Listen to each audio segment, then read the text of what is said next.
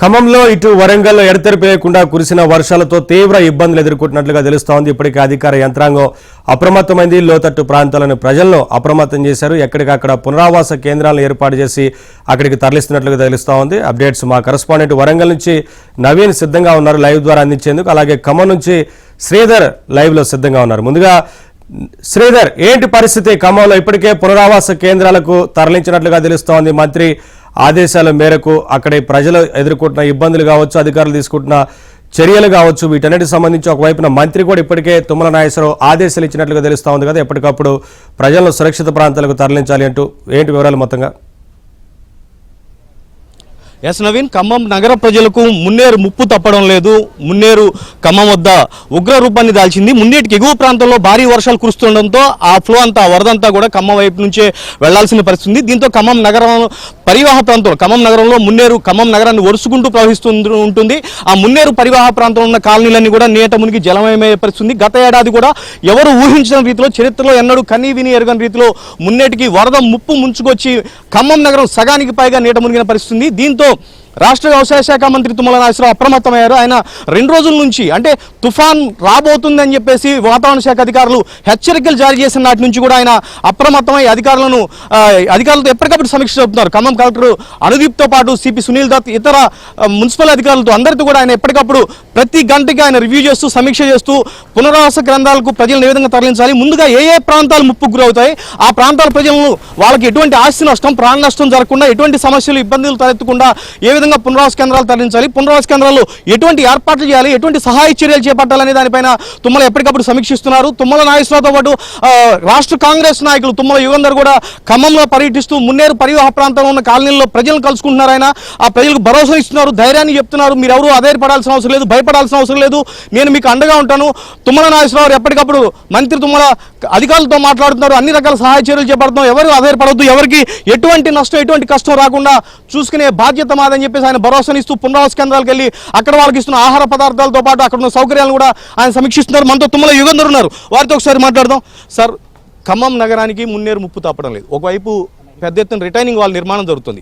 భద్రాచలంలో ఏ విధంగానైతే తుమ్మల నాగేశ్వరరావు కరకట్ట నిర్మాణాన్ని పూర్తి చేసి భద్రాచలం వాసులను గోదావరి వరద ముప్పు నుంచి కాపాడారు, ఖమ్మం నగర వాసులను కూడా అదే విధంగా కాపాడేందుకు కరకట్ట నిర్మాణం రిటైనింగ్ వాల్ నిర్మాణం జరుగుతుంది. రిటైనింగ్ వాల్ నిర్మాణం పూర్తి కాకముందు ఇప్పటికి 2 సార్లు వరదలు వచ్చినాయి. ఖమ్మం ప్రజలందరూ కూడా భయం గుప్పిట్లో ఉన్నారు. మీరేం చెప్తున్నారు వాళ్ళకి? అంటే ఒక భరోసా అయితే కల్పించగలుగుతున్నాం. ఇక్కడ కనిపిస్తున్న రిటైనింగ్ వాలే దానికి సాక్ష్యం. ముందుకి వచ్చే సంవత్సరం ఖమ్మం పట్టణానికి చుక్క నీరు వరద కూడా ఖమ్మం పట్టణం రాకుండా చేయాలనే ప్రణాళికతో తుమ్మల గారు ఈ ప్రణాళిక రూపొందించారు. దానికి అనుగుణంగానే పనులు అవుతూ ఉన్నాయి. మన దురదృష్టం పైన ఉన్నటువంటి తుఫాను యొక్క ప్రభావం వల్ల పైన పడినటువంటి భారీ వర్షాలకి ఖమ్మం ఎఫెక్ట్ అవుతూ ఉంది. ముందుకి వచ్చే సంవత్సరం తప్పకుండా ఈ సమస్యకి శాశ్వత పరిష్కారం చూపించే కార్యక్రమం తుమ్మల గారు తీసుకున్నారు. యుగంధర్ గారు, గత ఏడాది ఊహించిన రీతిలో వరద విలయం వచ్చి చాలా నష్టపోయారు, తీవ్రంగా నష్టపోయిన కాలనీల్లో ప్రజలు ఇబ్బంది పడ్డారు. ఇప్పుడు కూడా మళ్ళీ కొంత ప్రాంతం నీటి ముంపుకు గురైంది, వాళ్ళందరూ కూడా భయపడుతున్నారు, వాళ్ళని పునరావాస కేంద్రాలకు తరలిస్తున్నారు. పునరావాస కేంద్రాల దగ్గర ఎటువంటి ఏర్పాట్లు ఉన్నాయి, ఈ ముంపు గురైన ఇళ్లకు వాళ్ళకి ఎటువంటి భరోసా ఇస్తారు, వాళ్ళకి ఎటువంటి ధైర్యం చెప్తున్నారు? అంటే ఇప్పుడు గత సంవత్సరంతో పోల్చుకుంటే ఈ సంవత్సరం చాలా తక్కువ. 3-4 ప్రాంతాల్లోనే ఈ ఇబ్బంది ఉంది. ఒక 300 కుటుంబాల వరకు ఎఫెక్ట్ అయినాయి. ఆ 300 కుటుంబాలను కూడా పునరావాస కేంద్రాలకు తరలించడం జరిగింది. వారికి అక్కడ కావాల్సినటువంటి అన్ని ఏర్పాట్లు సదుపాయాలు చేయడం జరిగింది. వాటికి కావాల్సినటువంటి ఆరోగ్యపరంగా కానీ, వాళ్ళకి కావాల్సిన ఆహారం అన్నీ కూడా ఈ 2-3 రోజులు కావాల్సినటువంటి అన్ని ఏర్పాట్లు అక్కడ చేయడం కాంగ్రెస్ పార్టీ తరఫున తుమ్మల గారి ఆధ్వర్యంలో మున్సిపల్ కార్పొరేషన్ తీసుకుంది. వాళ్ళకి ఎటువంటి ఇబ్బంది వచ్చినా కూడా ఇక్కడ ఉండి పర్యవేక్షించడానికి నేను కూడా స్వయంగా వచ్చి వాళ్ళకి ఎటువంటి ఇబ్బంది లేకుండా పర్యవేక్షిస్తున్నాం. అంటే ఇప్పుడు మనకి వెంకటేశ్వర నగర్ కాలనీ, శ్రీనివాస నగర్, మోతీ నగర్, బొక్కలగడ్డ ఈ ప్రాంతాలు కూడా ముంపుకు గురయ్యే పరిస్థితుంది. ఇప్పుడు ప్రస్తుతం 24 అడుగులు దాటింది, 29-30 అడుగుల వరకు కూడా చేరుకునే అవకాశం ఉందని చెప్పేసి అధికారులు అంచనా వేస్తున్నారు. ముందస్తు ఎటువంటి జాగ్రత్తలు, అంటే నెక్స్ట్ ముంపుకు గురైతే పరిస్థితి ఏంటి, దానికి సంబంధించి ఎటువంటి చర్యలు తీసుకునే అవకాశం ఉంది, ఎటువంటి జాగ్రత్తలు తీసుకుంటారు? అంటే ముంపు ఇబ్బంది ఉన్న ప్రతి ఇంటిని వెళ్ళి వాళ్ళని రిక్వెస్ట్ చేసి ఎవాక్యువేట్ చేపిస్తున్నాం. అందరూ కూడా స్వచ్ఛందంగా పోయిన సంవత్సరం పడ్డ ఇబ్బంది రాకూడదనే ఉద్దేశంతో వాళ్ళందరూ కూడా స్వచ్ఛందంగా వచ్చి పునరావాస కేంద్రాల్లో ఉంటున్నారు. ఈ సంవత్సరం నా అంచనా ప్రకారం పెద్ద ఇబ్బంది ఉండకపోవచ్చు. అన్ని కుటుంబాలని అక్కడ నుంచి తీసుకెళ్లి పక్కన పెట్టి వాళ్ళకి మళ్ళీ ఇటువంటి ఇబ్బంది రాకుండా చేయడానికి ఒక కార్యక్రమం చేపట్టాం. పునరావాస కేంద్రాలు ఎటువంటి ఏర్పాట్లు ఉన్నాయి, అంటే వాళ్ళకి భోజనం దగ్గర నుంచి టిఫిన్ వరకు ఎటువంటి ఏర్పాట్లు చేస్తున్నారు? వాళ్ళకి కావాల్సిన అన్ని ఏర్పాట్లు, వాళ్ళ ఇంట్లో ఏ విధంగా అయితే వాళ్ళకి సదుపాయాలు ఉంటాయో ఆ సదుపాయాలన్నింటినీ కూడా ఇక్కడ కల్పించడం జరిగింది. ఎవరికి ఎటువంటి ఇబ్బంది లేదు. అక్కడ ఉన్నటువంటి అన్ని కార్యక్రమాలు పర్యవేక్షించి ఇక్కడికి వచ్చాం.